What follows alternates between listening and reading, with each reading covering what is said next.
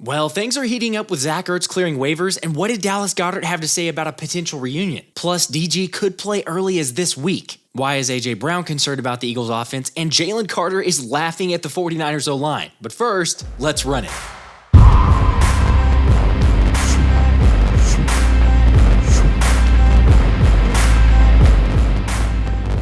Hey guys, in case anyone's new to the channel, I'm Josh and I cover the birds. So the Eagles are going back to the standard with the midnight green and white pants. I mean, if it worked last year in dominating fashion, why change it? Plus, the Niners aren't helping themselves as if running up the Rocky steps wasn't bad enough. They decided to test fate with the Rocky curse by desecrating the statue and then proceeding to chant Brocky. It's a bold strategy, Cotton. Let's see if it pays off for them. I just don't understand how stupid you can be. And neither does Nick Sirianni.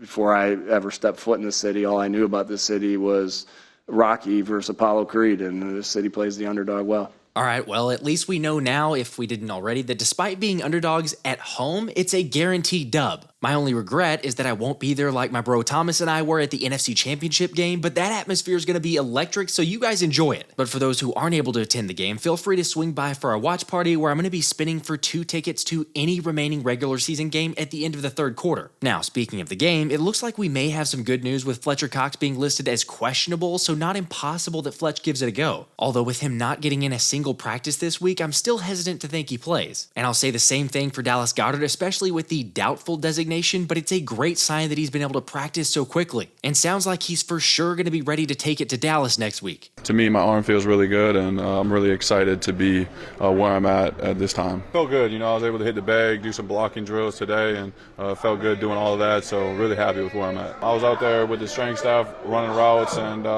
doing stuff before practice, and got to be out there during practice with the guys, so I feel like I've been getting good work this all week, and like I said, really happy with where I'm at. Not gonna lie, it's a little hard to believe DG's getting back so quickly since the initial diagnosis was 4 to 6 weeks. But definitely a good thing since we all know our tight end production goes down the drain without the 28-year-old. Which obviously it's been all over the news at this point, but Zach Ertz wouldn't be the worst tight end 2 option after the Cardinals waived him. And while I'll continue to hold to the fact that I think he's an Eagle waiting to happen, DG wasn't as committal. Obviously, you just don't see that very often, but, spent a lot of time with him, and, it's interesting. We'll see what happens with him, but, hope the best for him. All right, it's not like 88's talking bad about Ertz, and yeah, I get it, you want to downplay guys on the current roster, but it feels like Goedert played that one close to the vest. Not a big deal, really, and maybe it has something to do with Adam Schefter's report that the 33-year-old wants to join a contender, so potential candidates along with Philly could include Kansas City, Baltimore, and Buffalo. Yeah, come on, first off, Buffalo doesn't exactly scream contender. I know we barely just beat them, but heck, they may even miss playoffs. And yeah, I guess a little depth behind Travis Kelce to play with Mahomes and Andy Reid makes some sense, but honestly, like I've talked about in the past video, Baltimore's the team that makes the most sense if it wasn't so obvious that Ertz is coming back to Philly. Gonna be an Eagle, baby! Yeah! Okay, look, while I think we all understand you're not getting the Ertz of old, I feel like he's got more than enough in the tank to help the offense. Now, personally, I'd guess we won't hear an official signing until maybe Monday or Tuesday, but we'll be sure to keep you updated. However, the immediate focus is on shutting down Kyle Shanahan's game plan for the 49ers. He's smart, it's just got to make a great adjustments in halftime, going into the game, because most likely he's a guy that's, ahead. He's go, sure, whatever your weakness is, he go find a way to attack it in a different type of form, different type of way. So, smart coach, man. You got to give it, tip your hat off to him. He's a very great-minded, offensive-minded guy. So we just got to go out there, really execute, and and be disciplined. That's how I think you can control the games more in discipline, and let's make them make mistakes and not us, because watching film, they got great players already as it is. A lot of guys kind of make a lot of mistakes, leaving guys open. But that's just him, beating the offense, really, defense, really. But yeah, man, he's just a smart guy, man. So we just got to be the most disciplined team we could possibly be out there. Okay, I agree that this is going to be a difficult test, and I'd argue the most difficult matchup that we've faced so far this season, especially based on what San Fran likes to do, and Fran Duffy did a great job breaking it down while sharing the Niners used 21 personnel, the second most in the league.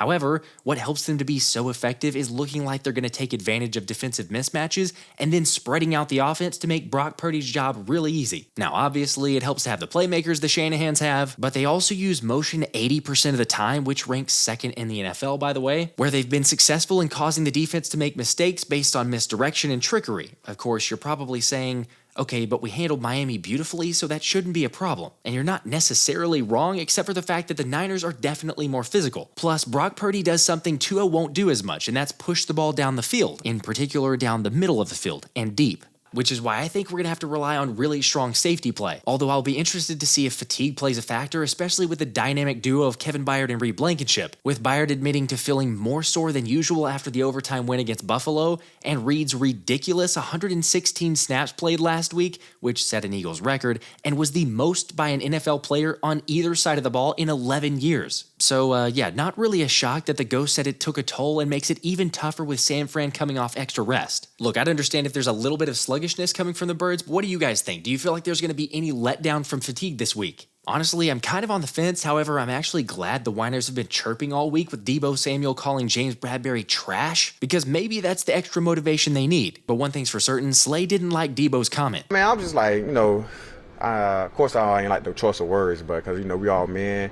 we respect the game, man. We all blessed. I don't understand why you attack another man at the position and we playing at the highest level.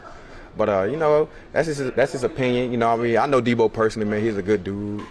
But I think he probably should have like a way better choice of words for saying like, trash. But, that's his opinion though. Everybody got an opinion, so it is what it is, though, but I ain't like that. All right, whatever. Again, I'm all for whatever gets you fired up. Although Jalen Carter provided a little bulletin board material of his own, since he's definitely confident headed into the matchup, and doesn't think too much about the 49ers O-line. I don't know. They got a lot of weapons out there on the, on the outside, but, I'm in the inside. I'm in the trenches, so, I ain't hear nothing about the O-line.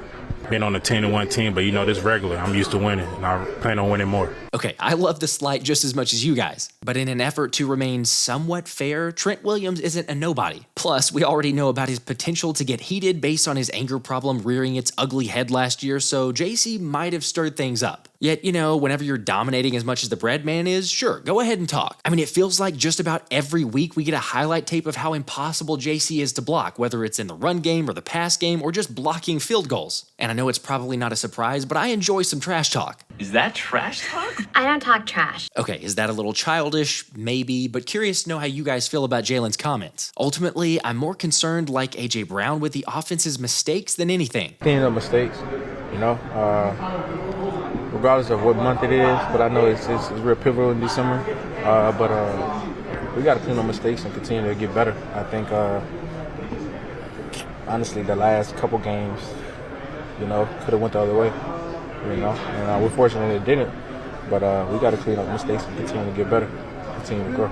Yeah, you could certainly make the case that we should have lost a couple games by now. But yes, the guys deserve all the credit in the world for finding ways to win, much like Brian Johnson does. Hold on, hear me out first. Remember when BJ's offense was deplorable in the red zone to start the season? Well, the last 3 weeks, the red zone offense has been perfect. Yes, perfect, converting on 100% of their trips inside the scoring area. And although Brian has seen the criticism but tries to block it out, he did offer more context for the armchair quarterbacks out there, saying to Jeff McClain in a recent interview, "It's not like you're playing Madden. It's a little more nuanced than that, but I get it. Sometimes it can come off as a little bit unorthodox, right? This is about constant evolution and finding new and unique ways to do things and making sure we can get everybody to contribute to the offense in a positive manner." Okay, that's fair, and I'm fine giving BJ some credit, but forgive me if I'm not ready to jump completely on board the OC train. How about you guys, though? Does the recent red zone success instill any level of confidence, or are you like me wondering, is the play calling going to cost us a game? I guess the positive is we're about to find out, with the Niners coming to town and time for the offense to play clean football, despite the weather forecast, as Josina Anderson noted, calling for 77% chance of rain